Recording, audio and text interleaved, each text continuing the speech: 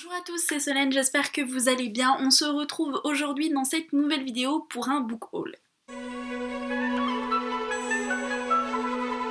Dans ma dernière vidéo, je vous avais dit que ce haul allait être assez conséquent. Eh bien oui, c'est le cas puisque j'ai acquis à Noël une Kobo. Donc j'ai la Kobo Glow HD de chez Fnac. Je vous en ferai une vidéo très prochainement sur la chaîne parce que vous avez été plusieurs à me demander de vous faire une vidéo, en fait une petite review sur cette Kobo puisque j'étais très sceptique et très perplexe quant au fait de lire en numérique. Et c'est vrai que cette petite machine a complètement révolutionné ma façon de voir les choses, mais je vous en reparlerai dans cette prochaine vidéo. Sinon, je pensais vraiment plutôt faire un petit book haul sur les livres numériques que j'ai acquis aussi avec la Kobo, puisque ma palle a pris un sacré coup, et ma wishlist aussi, puisque forcément, quand l'une prend un coup, l'autre diminue, hein, voilà. On s'étonne pas. On commence maintenant ce book haul. Donc tout d'abord, je vais vous présenter Le Mystère d'Antélésia de Jérôme Lacoste, paru chez le Cercle de Fred. Donc le Cercle de Fred, c'est une sorte de maison d'édition. En fait, je vais vous en parler très prochainement également sur la chaîne, quand j'aurai terminé ce livre-ci. Donc le Cercle de Fred, c'est une maison d'édition qui pratique le crowdfunding, c'est-à-dire que ce sont les lecteurs en fait qui subventionnent les œuvres, enfin qui font des dons pour que les œuvres puissent être publiées. C'est une sorte d'association, je vous en reparle très prochainement sur la chaîne parce que le principe m'a quand même assez intriguée. Ensuite, il y a plus d'une personne qui va être heureuse en découvrant ce livre si vous ne me suivez pas sur les réseaux sociaux. Il s'agit de Before de Anna Todd, donc le premier tome, toujours aux éditions Hugo Roman. Vous pouvez dire merci à Maxime parce que c'est lui qui me l'a offert et je le remercie énormément. Mais sinon, je pensais pas spécialement me l'acheter, donc voilà, je pense que c'est grâce à lui que vous allez avoir un petit update lecture sur ce premier tome dans pas très très longtemps. Je sais pas encore quand est-ce que je vais le lire, mais bon, une fois qu'il est dans la palle, je pense que je ne tarderai pas.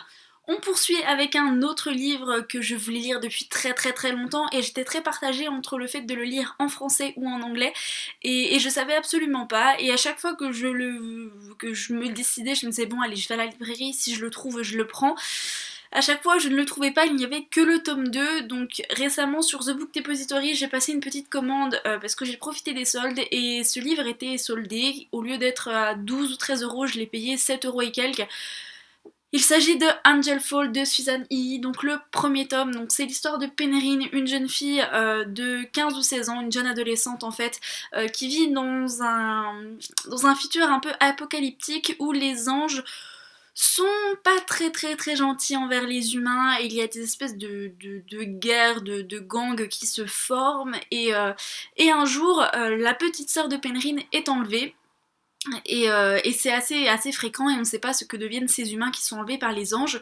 Donc Penryn décide de retrouver sa sœur et pour cela elle va devoir s'allier à Raph qui est un jeune garçon, un jeune ange en fait qui a été déchu, et pour Raph ce serait le moyen pour lui en fait de pouvoir retrouver ses ailes et de pouvoir devenir un ange à part entière une nouvelle fois.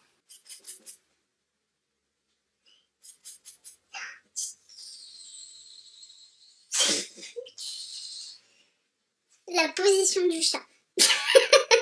Ensuite, je me suis fait plaisir, j'ai acheté le 4e tome de la saga Harry Potter, donc Harry Potter and the Goblet Fire, donc c'est Harry Potter et la Coupe de Feu, donc le 4e tome aux éditions Bloomsbury pour continuer ma collection.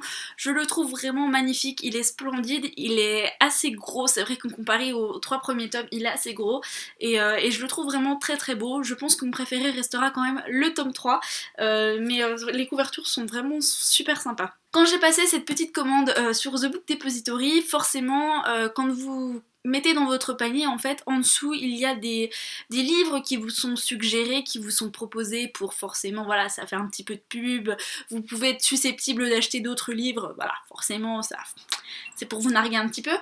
Et en fait, vu que c'était à peu près les soldes quand j'ai acheté ce livre-ci, je me suis dit que je repasserais sur le site pour me procurer le 5 puisque c'est une saga que je lis en lecture commune avec une très bonne copine de fac, donc Romane, si tu passes par là je te fais des bisous, et vu qu'elle les lit plus rapidement que moi, je me suis dit que j'allais une prochaine fois, enfin très peu de temps après, acheter le tome 5. Donc j'ai acheté le tome 5 qui était soldé de 1 ou 2 euros, enfin j'ai dû le payer 10 euros et quelques au lieu de 12, donc voilà, c'est Harry Potter et l'Ordre du Phénix en anglais, toujours chez Bloomsbury. La couverture je la trouve magnifique, voilà, c'est encore plus gros que le 4. Alors déjà que le 4 je le trouvais gros, mais alors celui-là c'est un dictionnaire.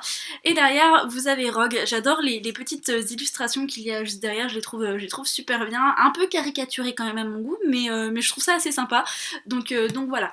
Et forcément dans les suggestions, quand j'ai acheté le tome 5, il y avait d'autres livres Harry Potter de la saga, et il y avait notamment le tome 7 qui était à 6 € au lieu de 11,43 ou 13,43, donc il était à moitié prix et je me suis dit mais je peux pas passer à côté de cette opportunité, donc je me suis pris aussi le tome 7, donc c'est Harry Potter et les reliques de la mort, mais je me suis dit mais Solène c'est un petit peu bizarre quoi, t'achètes le 5, t'achètes le 7, mais si t'as pas le 6 entre, ça sert un petit peu à rien.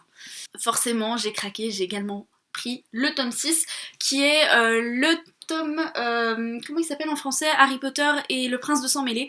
Donc voilà, j'ai acheté toute la collection, maintenant je les ai tous, comme ça je suis tranquille. Donc je vais vous montrer plus en détail les tomes 6 et 7. Donc le tome 6 que je trouve vraiment très très beau avec Dumbledore et Harry, et Drago derrière que je trouve vraiment très très bien représenté aussi, un petit peu caricaturé mais j'ai trouvé super sympa. Vraiment les couleurs sont magnifiques, j'ai des étoiles plein les yeux quand je regarde ces bouquins. Et le tome 7 qui ressemble à ceci. Alors la seule chose qui me dérange en fait sur la couverture de ce tome, vous allez dire que je suis un petit peu chiante, mais c'est que j'ai un tome qui est abîmé. La couverture est abîmée, on dirait qu'il y a quelqu'un qui a mordu dedans. Je sais pas si vous allez... Non, vous allez pas voir. Ok, donc c'est pas grave, ça se voit pas spécialement, ça se voit quand je le mets comme ça. Je disais donc que la chose qui m'embête un petit peu, c'est que Harry a la même tête que sur la couverture du premier tome, donc on a l'impression qu'il a pas grandi en fait, et bon, tant pis. Voilà pour la collection Harry Potter que j'ai terminée du coup. Je suis trop contente de les avoir tous chez Bloomsbury dans cette édition parce que elles sont vraiment magnifiques ces couvertures, et l'objet livre en lui-même est splendide, donc voilà, ça brille, c'est magnifique, c'est beau. Donc voilà, j'en ai terminé avec cette vidéo, j'espère qu'elle vous aura plu. N'hésitez pas à me dire dans les commentaires si vous souhaitez que je vous fasse du coup un haul sur les livres numériques que j'ai acquis, parce que j'en ai acquis environ 70, donc voilà, ce sera un haul peut-être en 2 parties, mais voilà, c'est qu'un petit détail. Donc voilà, j'espère que cette vidéo vous a plu, je vous retrouve mercredi prochain pour une vidéo concernant la Kobo de chez Fnac, et en attendant, je vous embrasse et je vous souhaite de bonnes lectures.